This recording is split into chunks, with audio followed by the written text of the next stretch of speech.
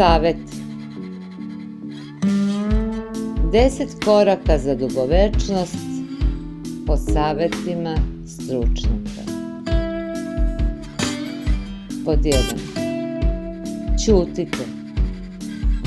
Pokušajte da svaki dan pola sata ćutite i gledate kroz prozor.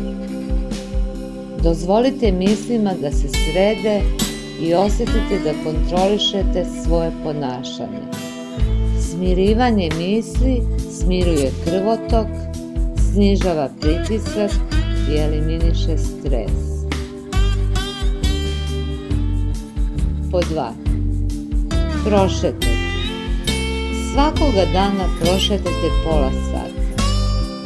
Šetanje aktivira telo, čisti i za razliku od sedenja jeste naše prirodno stanje. Kiseonik i ritam vašeg šetanja podstaknuće srce i krvotok da rade bolje. Pod 3. Volite. Ljubav leči. Neka istraživanja ukazuju na to da se hormon oksitocin luči čak pri samom pogledu na voljenu osobu i time se umanjuje bol i popravlja raspoloženje.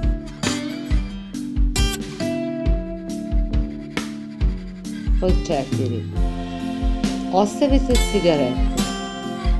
Njima ubijate sebe sa oko 4000 hemikalija, od kojih su neke čisti otrovi, na primjer arsenik, a zatim i one koji udišu dim koji ste izdahnuli.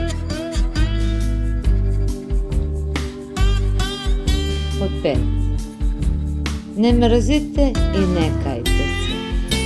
Kada budite mržnju i kajanje u sebi, dižete krvni pritisak, stvarate otpor, usporavate krvotok i utičete da se ceo sistem osjeća kao da treba da radi pod velikim stresom. Pod 6. Jedite. Reč dijeta ne znači ne jesti ništa, već znači paziti šta je na tanjiru. Pod 7. Družite se. Prijatelji su blago. Druženje je moćan antidepresiv, izaziva lučenje hormona sreće i snižava stres. Pod 8. Popijte čašu crnog vina. U vinu je istina, ali i zdravlje.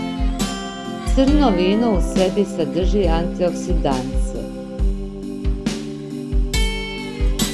Pod 9. Dišite dublje. Pravilno disanje pomaže da smanjite rizik od visokog krvnog pritiska i infarkta. I pod 10. Kontrolišite stres. Zdravlje nema cenu. Zdravlje je vrednije od stanja na računu.